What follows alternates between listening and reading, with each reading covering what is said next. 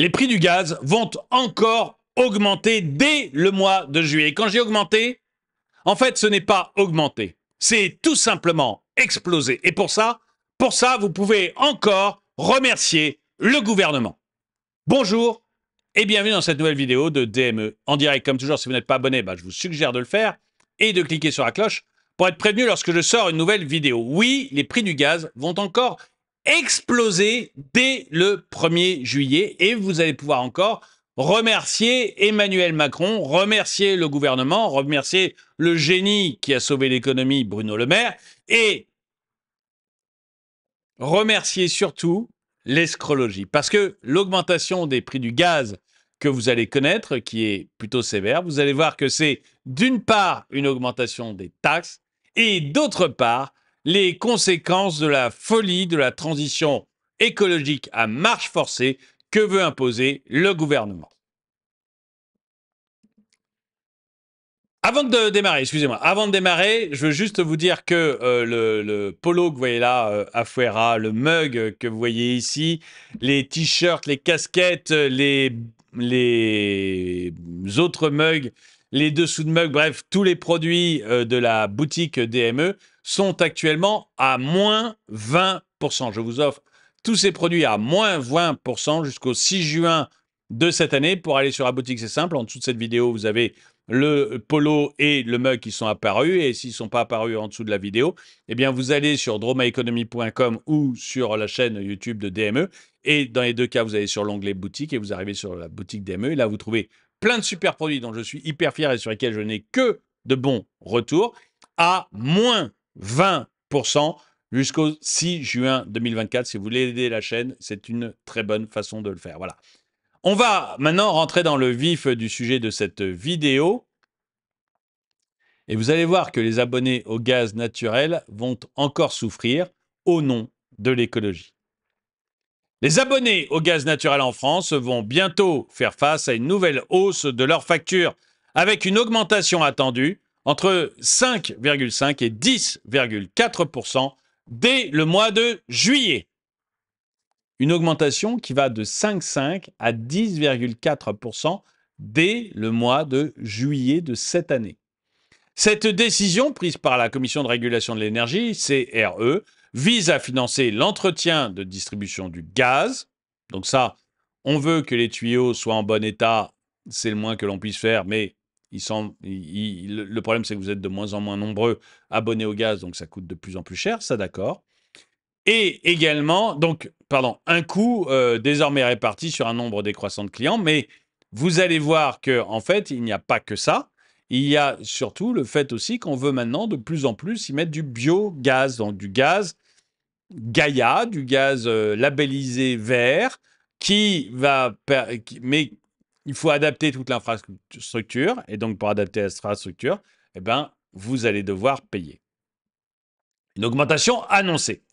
Selon les données fournies par Ouest France et divers témoignages de consommateurs, les ménages utilisant le gaz pour le chauffage verront leur facture annuelle augmenter de 1 489 € à environ 1 571 € en prenant en compte une consommation moyenne de 13 480 kWh.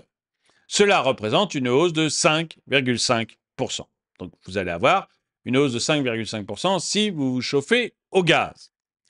Si vous utilisez le gaz uniquement pour la cuisson et l'eau chaude, la facture annuelle passera de 245 € à 270 €, soit une augmentation de 10,4% pour une consommation moyenne de 1260 kWh. Ces augmentations ont pour but de renforcer les moyens de GRDF, le principal distributeur de gaz naturel en France. L'objectif est double, intégrer davantage de biogaz dans le réseau et maintenir un haut niveau de sécurité. Donc vous voyez, il y a le niveau de sécurité, c'est-à-dire l'entretien des tuyaux, mais il y a aussi le biogaz, l'écologie, toujours là, pour vous faire augmenter votre prix. Vous savez que l'écologie, c'est très simple. Emmanuel Macron, c'est son idéologie, votre portefeuille. Voilà, il faut être clair. Lui, il applique son idéologie de sauver Gaïa, mais c'est vous qui payez. Systématiquement. C'est ça qui est beau avec les escrolos, c'est leur idéologie, votre portefeuille. Toutefois, cette décision intervient dans un contexte de transition énergétique où de nombreux consommateurs abandonnent le gaz au profit de l'électricité, accentuant la charge financière sur ceux qui restent. Alors, je rassure ceux qui restent, hein, qui sont toujours au gaz. Moi, j'ai pas de préférence, hein. Ici, là, dans mon appartement, je suis à l'électricité parce que c'est mon propriétaire qui décide. Je suis locataire. Et dans ma maison de famille, on est au fioul. Donc voilà, c'est réglé. Mais je rassure ceux qui sont au gaz. euh, Ceux qui sont électriques vont aussi payer très très cher, hein. Vous avez déjà eu votre augmentation de facture électrique en janvier et février. Vous avez pu voir sur vos factures. L'augmentation, elle est uniquement due à l'augmentation des taxes. J'avais fait une vidéo à ce sujet-là. Mais vous avez maintenant le euh, distributeur d'électricité, je crois que c'est CRE, qui dit tout simplement, écoutez, on va arrêter hors creuse, heure pleine. Parce que les gens rechargent leur voiture électrique la nuit, donc ça nous embête. Du coup, on va arrêter heure creuse, heure pleine. Et comme ça, vous allez toujours payer en heure pleine. Donc là, vous allez avoir une belle augmentation aussi de votre facture électrique qui va arriver. Alors, c'est pas en juillet, hein, mais qui va arriver. Vous allez avoir de toute manière une augmentation de la facture d'électricité, tout simplement parce que, eh bien, on veut incorporer de plus en plus d'éoliens et de solaire dans l'électrique. Seulement, ça coûte beaucoup plus cher. Ça coûte beaucoup plus cher parce que quand vous faites de l'éolien et du solaire, c'est intermittent.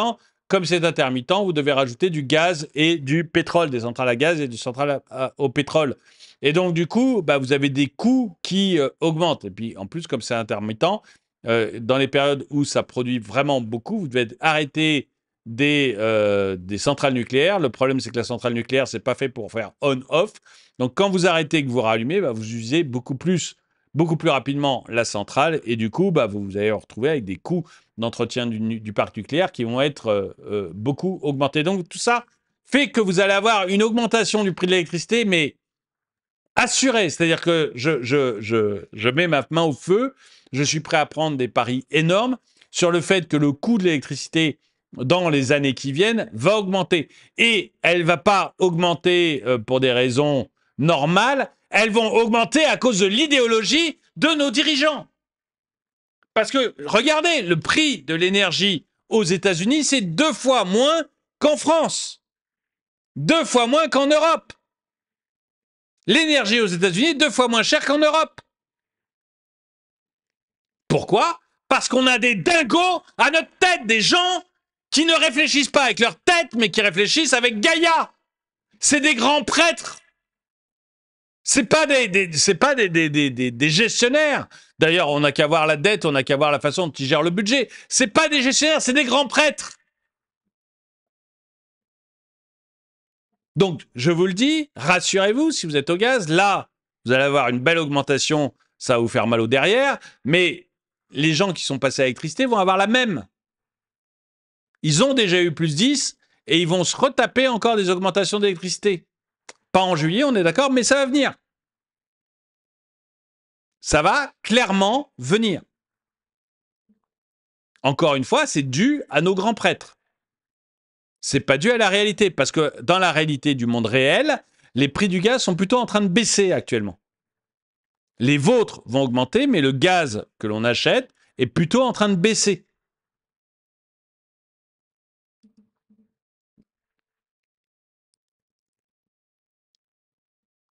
Le contexte de la transition énergétique. La baisse du nombre d'abonnés au gaz naturel est un phénomène marqué, avec une diminution de 197 000 clients en 2 ans. La tendance s'inscrit dans le cadre plus large de la transition énergétique, où les politiques publiques encouragent le passage des énergies fossiles à des sources d'énergie plus durables. Le gaz naturel, bien qu'encore utilisé par 10,5 millions d'abonnés, voit sa consommation globale diminuer. Jacques Percebois, économiste de l'énergie, souligne que cette transition crée une situation où les coûts d'entretien des infrastructures gazières sont supportés par un nombre réduit de consommateurs. Alors c'est vrai, mais regardez, on perd 197 000 clients sur 10 millions.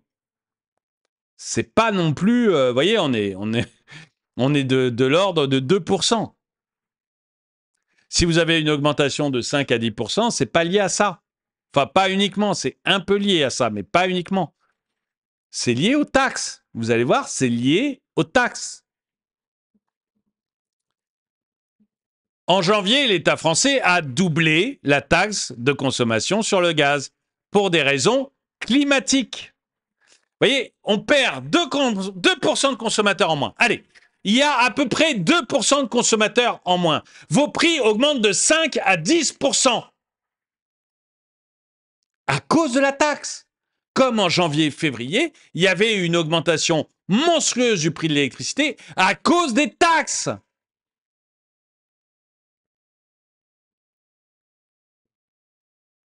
Est-ce qu'il y a un moment où cet État va arrêter de nous taxer, de nous prendre du fric partout parce qu'il est incapable de gérer? Parce qu'il est incapable de gérer son budget. On vous promet qu'il n'y aura pas d'impôt supplémentaire. Regardez, il double la taxe sur la consommation de gaz. Fois 2. Mais à part ça, il n'y a pas augmentation d'impôt. Ah, à part ça, Gabriel Attal, Emmanuel Macron, Bruno Le Maire, tous, ils vous disent qu'il n'y a pas d'augmentation d'impôt. Ils ont juste doublé la taxe sur le gaz. L'augmentation de l'électricité en janvier est juste due à l'augmentation de la taxe. Pas moi qui le dis, c'est le réseau.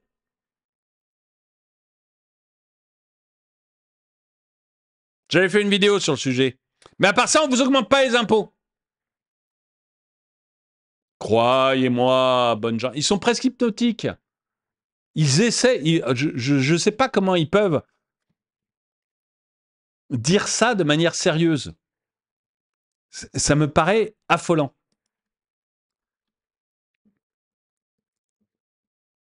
Donc, l'État a doublé la taxe de consommation sur le gaz pour des raisons climatiques, bien sûr, c'est pour sauver Gaïa, c'est pas rien à voir avec le fait qu'il gère comme une patate et qu'il a besoin de fric à tous les étages. C'est pour sauver Gaïa, on vous le dit. Vous êtes priés de le croire. Visant à accélérer cette transition en incitant les consommateurs à opter pour des pompes à chaleur électrique malgré le coût initial élevé de ces dispositifs. Et dans le même temps, vous avez RTE qui dit que ça serait bien qu'on arrête heure creuse, heure pleine. Donc on augmente de facto les prix de l'électricité. Dès que tout le monde aura sa petite pompe à chaleur, sa petite voiture électrique, vous allez voir que, mais mathématiquement, je veux dire, vous augmentez la consommation, vous n'êtes pas capable d'augmenter la production à la même vitesse parce que construire une centrale nucléaire, c'est long. Donc vous augmentez la consommation, vous ne pouvez pas augmenter la production à la même vitesse. Eh bien, le résultat, c'est tout simplement que vous allez augmenter le prix de l'électricité. C'est pas possible autrement. Les enjeux économiques et écologiques. La décision de la CRE et la fiscalité croissante sur le gaz soulignent une tension entre les objectifs climatiques de la France, l'idéologie d'Emmanuel Macron, votre porte-monnaie, et les réalités économiques des consommateurs. François Carlier, de l'association des consommateurs CLCV, résume la situation. Le problème de fond, c'est le déclin du gaz et comment on l'accompagne. Il devient de plus en plus irrationnel, à la fois écologiquement et économiquement, de rester dépendant du gaz. Lorsque les chaudières à gaz arrivent en fin de vie, il est impératif de considérer des alternatives plus durables. Alors, je ne sais pas ce que c'est qu'une alternative plus durable, mais c'est sûr que comme vous avez un État qui a décidé de taper comme une bête sur le gaz, quand il va falloir changer votre chaudière à gaz, il va falloir réfléchir à effectivement, est-ce que je continue avec le gaz ou est-ce que je passe avec l'électricité? Mais encore une fois, il va taper comme une bête sur l'électricité derrière. C'est évident. Non seulement l'État va taper comme une bête sur l'électricité, mais de toute manière, d'une manière générale, les prix de l'électricité vont fatalement augmenter. Un défi pour les consommateurs. Pour les consommateurs, cette situation pose un défi considérable. Si la transition vers des sources d'énergie plus propres est essentielle pour répondre aux objectifs climatiques, les objectifs d'Emmanuel Macron, votre portefeuille, elle doit être économiquement viable pour les ménages. Les aides disponibles pour financer le passage à des systèmes de chauffage plus durables sont souvent perçues comme complexes et dissuasives, ce qui retarde la transition pour de nombreux foyers. La CRE justifie ces augmentations par la nécessité de maintenir un réseau sûr. Donc oui, c'est vrai, il y a moins de consommateurs, mais pas de manière délirante. Donc, je ne crois pas totalement à la thèse de maintien du réseau sûr et capable d'intégrer les nouvelles énergies, des énergies renouvelables comme le biogaz. Et là, j'y crois plus. C'est-à-dire que c'est encore une fois à cause de Gaïa et le biogaz que vous allez devoir payer plus cher.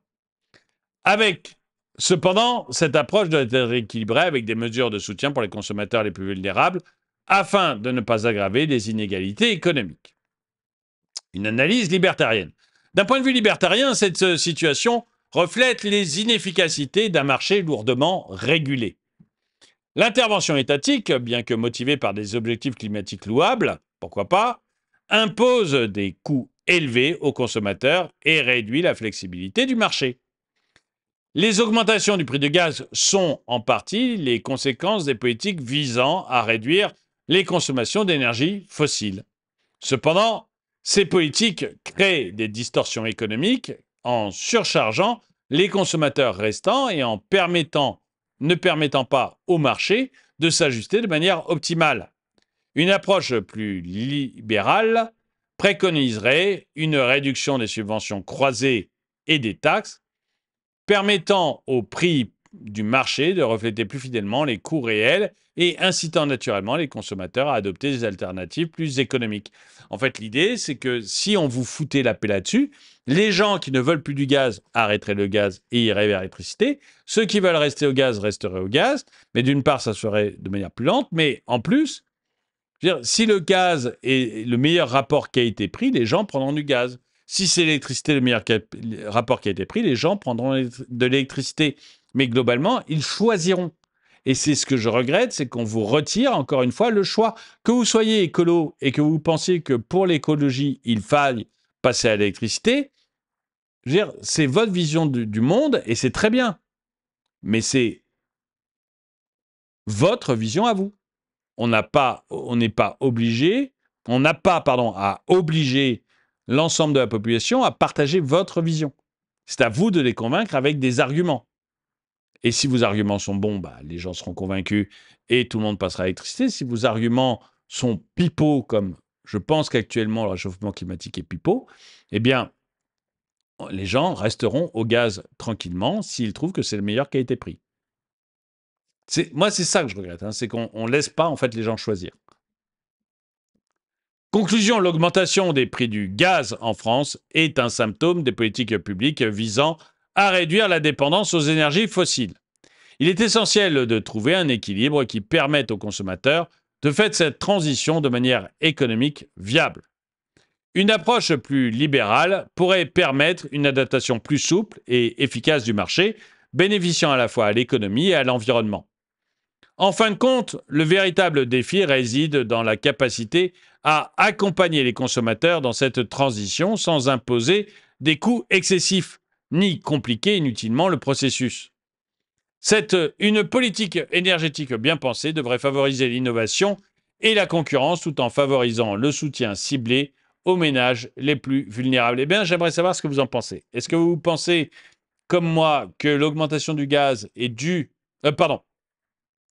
Est-ce que vous pensez, comme on essaie de vous le dire, que l'augmentation du gaz est due au fait qu'il y ait moins de monde, à peu près 2% de moins, et une augmentation de 5 à 10% du prix? Donc, est-ce que vous pensez que c'est dû au fait qu'il y ait moins de monde et que donc on a besoin d'entretenir le réseau et ça va peser sur moins de monde?